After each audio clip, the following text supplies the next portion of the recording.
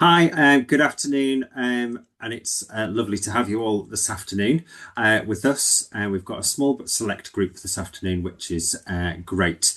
I was going to use a Mentimeter a little bit later on, but as there's only a couple of you in the room at the moment, we might just use the chat function if that's okay, if you've got access to that on on your device, or you could just have a little chat out if you would like to do that. So, just a little word of introduction from myself. Hi, my name is Martin Cumming. I'm the assistant head teacher and inclusion leader here at St Pauls Nursery School in York.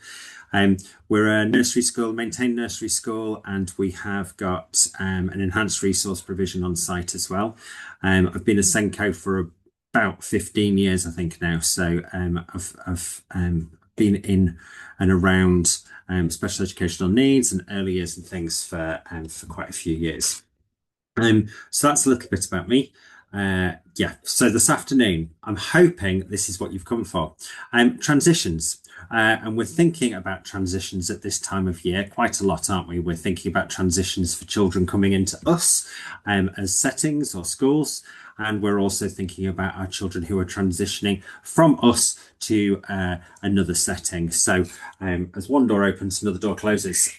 So this is session 2 of transitions. A couple of months ago, we did transitions for session 1, which was looking about transitions through your day and transitions for using visuals and helping support children in the early years who might have additional needs, who might need extra support with transitions throughout the day, and maybe also supporting at home. What I've done is I've actually included those in the slide pack that you're going to get. So then you've got session 1 and session 2, which you can look back on session 1 on the YouTube channel that the Stronger Practice Hub has got set up. So without further ado, our objectives this afternoon. So what we're having a look at this afternoon is we're looking at ways to identify in which we can support transitions to the next phase in learning.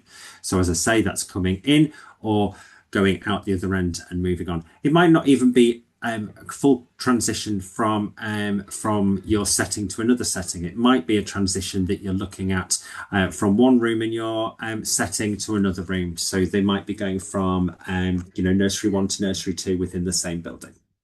And we're also looking at trying to understand the needs of the children with SEND and supporting their transition.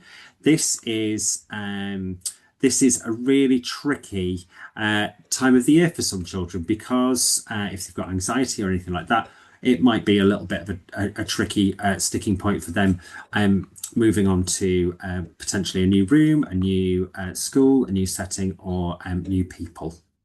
We're also going to be looking at supporting children throughout the gap between the end of the year and the start of the new setting. So it might be if you're in a school-based nursery or if you're in a nursery where children are going up into reception.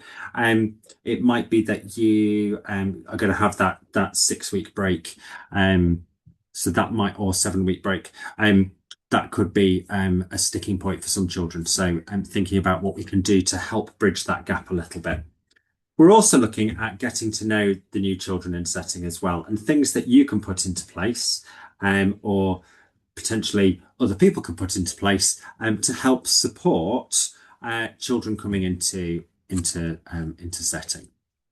So I was going to use the Menti code this afternoon, but I was just wondering and just thinking about when we might have like transitions within where you might be going from for transition. So, are you having children come in? What are you putting in to support transitions? Uh, Already in place. So if you would like to put anything in the chat, that would be great.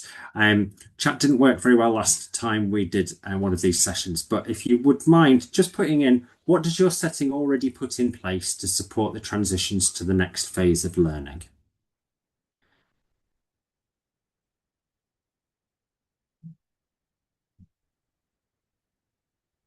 If you just pop into the chat anything that you might do that you already put into place. So that might be, it might be something to do with paperwork. It might be something to do with visits. It might be something to do with any aspect of that.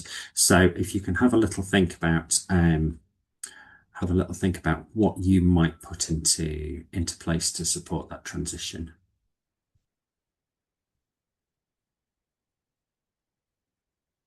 Give you a couple more seconds just to see. I can't see anybody typing, but that might be due to internet issues with this. So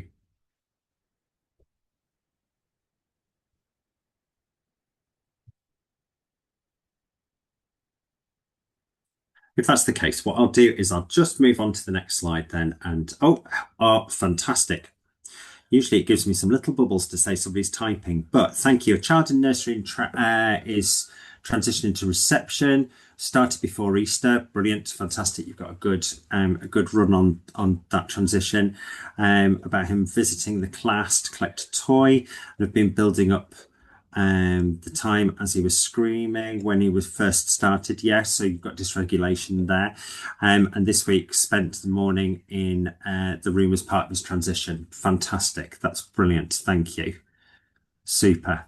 There might be a couple that you might have put on the Mentimeter. Sorry, I forgot to move on the slide, so you didn't go into that. But what I'll do is I'll attach those to the slide pack at the end. So, okay, but thank you for that in the chat. Thank you. So let's have a move on. So why can transition be daunting for children? If we put ourselves back into the shoes of some of those children that we might be getting into setting or might be moving on to another setting, something new, especially for children who have anxiety, can be really dysregulating, and it could be really it could be a source of anxiety which that might manifest itself in behaviour, or it might in withdrawal. It might just be that those children are not wanting to come to setting, or might not want to be going on to the transition to the next phase. So we've got to be really aware of that and aware of the anxiety that some children face, and that might be something to do with unfamiliar surroundings.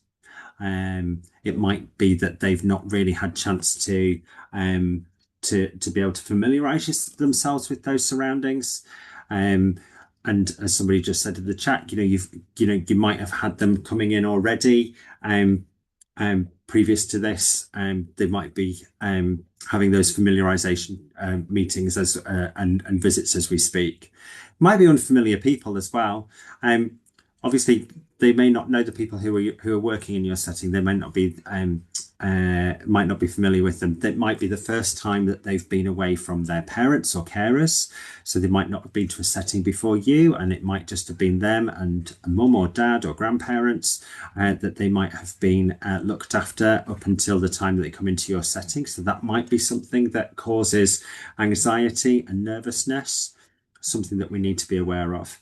And it could also be the first time they're away from their key workers. They might have had formed over this last year or last 6 months, however long they've been with you. It might be they've had a really good bond with their key workers, and actually having to move on from that key worker can be a source of anxiety as well. So it's thinking about how we're going to be able to support all of these changes that those children are going to be going through. So what I wanted this afternoon to be is just some ideas that I've sort of collated together over the last few years, but also things that other settings and other schools do within my local authority. So I've got some examples from the local authority. I work in York, so some examples from York, and I've also got examples from a local primary school on what they do to help support. So one of the things that we do when we send out our welcome packs is we send out a Tillicam, and that stands for Things I'd Like You to Know About Me. And we send that to parents, and also we can send them to settings if children are coming from other settings. And we send them out before children come and start with us. This is actually the first page that you find in the My Success plan that we have for children who need that additional structure and additional support. and it gives you a really good snapshot of the children, and it helps you to understand them. So we get a photo, so we know what the child looks like, because you might not have met them before. But you look at things like things that they like, things that they don't like, because sometimes it might be a smell, it might be a noise that they're a little bit anxious around. So if they don't like loud noises, how are you going to adapt to help support that? Things that they're good at. So what are their skills? What are their strengths? What are the things that they really enjoy? Do they really love dinosaurs? Do they hate dinosaurs? Do they are they really good at crafts? Are they really good at uh, uh, uh, Play-Doh, malleable, things like that? What are they? What are they really good at? What do they find really exciting? Something that you can put into your areas of provision to help that transition. Things that they might need help with. So that might be they might need help with going to the toilet. They might need help with having their nappy changed. They might need help with steps or stairs. They might be a bit unsteady on their feet. But it's building that picture up of the child and how best to support. Thinking about learning best when. So thinking about how you're going to best support that child. So is it a quiet environment? Is it one-to-one? Do they like working with other children? Do they not like working with other children, but they learn best in like a little small group situation rather than a big whole group, whole class situation? Thinking about how they communicate as well. Do they communicate? Are they speaking? Do they use a core board or signs, symbols? Do they use Makaton, BSL, anything that helps them communicate, which you might need to upskill yourself on or might need to know about to help support. And the transition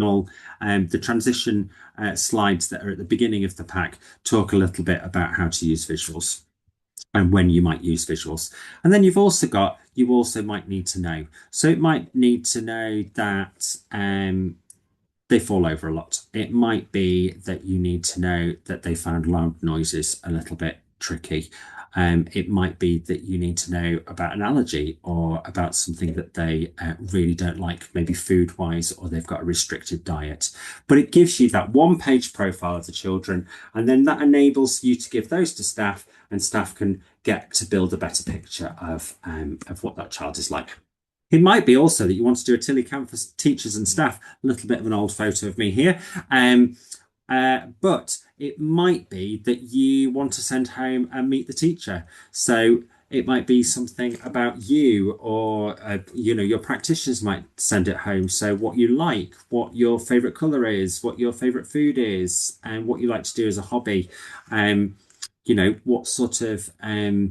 What sort of activities do you do outside of school? Things like that. So actually, parents can talk to children about their new key worker and their new teaching staff, or their new people who support them in setting. It might be that you could be talked about over the summer holidays. So it's still keeping their new person in mind.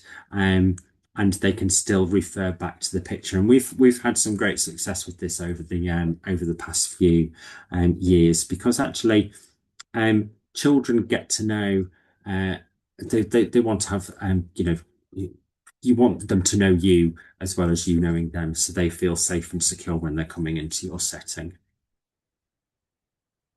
So you might want to do a video of staff from the new setting. So you might want to create a video of the new members of staff to help support the transition. So you might get them to introduce themselves, like we've just done with the one-page profile. You might want to get them to have a little chat about where their favourite place in nursery is, what their favourite book is. Can you do a virtual tour of settings? Of your setting? I think we became really good at this after COVID and during COVID, where we weren't allowed people to come in because of social distancing and things. And I think what's really quite good about learning from that time is that actually a virtual tour is quite easy to do. You can fly around with your iPad. We've had the luck and fortune of having one of our staff members, her dad has got a drone. So when we had no children in setting, we opened all the doors up and he flew the drone through. So we've got like a drone video, which we're getting prepared for putting on our family app, later before we break up for the summer, because that, it helps children to identify and know where things are within within your setting. On your website, you could put a video of the separate rooms in settings. So you could do like a 360-degree shot of what you're doing, how to get from A to B. So you might be getting from your room that you're working in to the dining room, for example.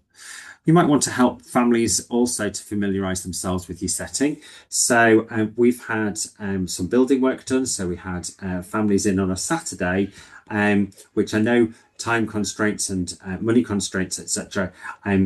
Depending on whether or not you can facilitate that. But actually seeing it when there's no children in and being able to access it and explore and just visit and look at the things that are in when it's a quieter environment. You might also be able to do that after school as well.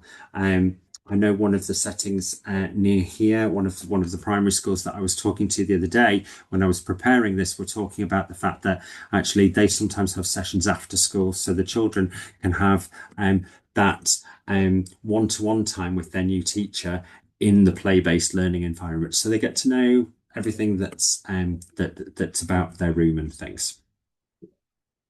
So, one of our local primary schools here, and I've got to say a big shout out and thank you to the early years team at Aiken Primary School here in York. They do a brilliant book to send out to parents to help familiarize their children with the school. So they've got an aerial footage of the school, what the building looks like, where the car park is and things like that, thinking about the outdoor space. They're very lucky to have a lot of green around them, so the children can see where they can play on the fields and things like that. They've got pictures of the hall, but they've got pictures of the hall in, this is just a snapshot of a few of the pages, but they've got pictures of the hall in assembly mode, but they've also got it in dinner time mode. What the dinner hall looks like, where they're going to go, what the serving hatch looks like, what the serving staff look like, which is fab because children might find that a little bit daunting because it might be out of routine. And they've got pictures of their early years classroom as well. So they've got pictures of all of the different activities and corners that they've got, areas of provision that they've got within their setting. And I think that's really good to help support those children who, need that little bit of visual representation of what this is going to look like when they move on. And it is a nerve-wracking time. And yourself, I can remember my own going to school days, but seems a long distant past now. But I can remember being a little bit nervous about it because you've gone from somewhere quite small to potentially somewhere quite big with a lot of other children. And they also include, which I think is brilliant, they also include so where their cloakroom is, so that's where they're going to keep their bags and their coats and their outdoor shoes. So what the cloakroom looks like. It's a very tidy cloakroom by the looks of things, before everybody's put their things in, but also what the toilets look like, because some children come with toilet anxiety, don't they? And they come with that nervousness of, if I need the toilet, where am I going to go? Who am I going to ask for help? It's something that's explained, but it's explained within transition visits to school and setting, but it's also, you've got the pictures there to go, all right, they've got teeny tiny toilets, and actually those teeny tiny toilets are going to be fine for me because I'm not going to be nervous about using those. And then they've also got, what does the setting look like outside? So what's around? What can I do when I'm outside? I've got some very outdoorsy children at home myself, and they like to be outside. And my eldest, who's now 14, when he was at primary school, he loved being outside, and so this would have really helped him with his transition. And also, Aiken Primary School also send their transition document booklets home with checklists and things like that. But they also include the starting reception booklets, which our local authority send out when school places are allocated. But also so that's the reception ready. But there's also the toilet training documents as well that are sent out. So Quickly moving on, here is our book of the week from this week, which is a lovely book called Poo Poo Bum Bum Wee Wee, which is all about toilet training. We're in that time where we're just trying to ensure that children are, potty trained and toilet trained, ready to go off to school. So this is one of our books of the week. But what we do every week is we read a story. So why can't we put that over the 7 weeks of the school holidays? So ask members of your staff for volunteers, or if not, do it yourself. With your iPad or your tablet, just record yourself reading 7 stories, 7 of your favourite stories, or it could be some of your practitioners' favourite stories. Just short, sweet stories. So, actually, first of all, you're helping parents out with bedtimes, but also you are helping to support. You're showing your face. They can hear your voice. They're getting used to you, and they can rewind it and pause it, and they can watch it again and again if they want to. But if you've got some books that have got some really, really good content, some really gripping, picture books, that's also going to help them because actually, they're going to see how exciting your new setting is going to be. I'm I'm aware that we've got about 6, 7 minutes left. So we're going to think about extended stay and play sessions. So giving children a chance to come and play in your setting before they start, which you've already started doing by the sounds of things from the chat, which is great. Thank you. Some children may also need an enhanced transition period. So they might need a few more visits. So it might be that you need to build that up over time, or it might be that you have an enhanced transition at the beginning of their next changeover of phase. So it might be if they are starting school in September, it might be that you do half days for a period of time, or you might do earlier pickups to help support that. You might also make them flexible so parents can either stay and play or have somewhere in the building that they can just go and have a cup of tea. If a child has been in a setting full time and they're moving on to school, is there a point in starting them half time when actually they're used to doing full time? But if parents are coming in, make them a cup of tea, get to know them as well, have staff chat to them, have staff make them feel welcome as well, because it might be a time of anxiety for them. May not be easy for some parents, but they themselves might have some separation anxiety. They might have been looking after their child, but have never been to a setting before. So how can we best support them? Can a member of staff have a coffee morning in the new term to support parents getting to know each other and also getting to know the staff? And then we're thinking about also transitions can also mean an open morning, potentially at the weekend, like I've said. So it's thinking about reducing anxiety, but also maybe just adding a little bit of extra stay and play if not. We're also thinking about home visits. A lot of settings do home visits. Obviously, home visits are really important because you get to know what your child in their own comfortable environment. You might have children who are a little bit anxious about coming to setting, but at home, they don't show that anxiety. So it might be that that's a good thing for you to do. Helps you get to know what the family are like as well, and also what a little bit about the children's background and where they're coming from. But always remember to do your school setting guidance for home visits as well. So it might be that you need to go with another member of staff. So it's talking about whoever is your senior leader, or if you're the manager, thinking about how best way to handle that and what safeguarding prevention that you need to put into place for that. But it is a great fact-finding mission, but you also get to see what toys they like to play with as well. And this is a little something that we're trying to do as a setting now. We try and give children, when they start with us, we have a uniform. It's not a strict uniform policy. You don't have to wear it, but we do have nursery t-shirts and nursery cardigans. So we try and give every child, when they start with us, a free t-shirt with our logo on. So actually that child feels like they've got a new piece of special clothing. It makes them feel that little bit bigger, because if they're coming into nursery, they may be having a uniform when they move on to school. So it just gives them that little bit of ownership. But it also, we do have some children within setting who put that on because actually it differentiates from being at home and you know that you're going to nursery. So it can help with transitions that way. You might also want to do about, this could be one of your 7 stories. You could be going away and recording these tonight. The Colour Monster Goes to School, Our Class is a Family. Books that help to talk about new beginnings in new places. Um, think about how you could, put that into story time over the next few weeks. How could you put that into support those children that might be needing that? It might be that you record the story and send it home on your app. Or it might be that you put that in for your children who are coming up to you so they see you as a person reading the story. Thinking about parental support as well, liaising with parents, new setting, set a time and date for a new meeting or a transition meeting, talking to parents with regards to, how you can potentially alleviate any worries they might have, find out from parents and settings the useful information like we looked at with the Tillicam at the beginning, but be a facilitator to bring the process together.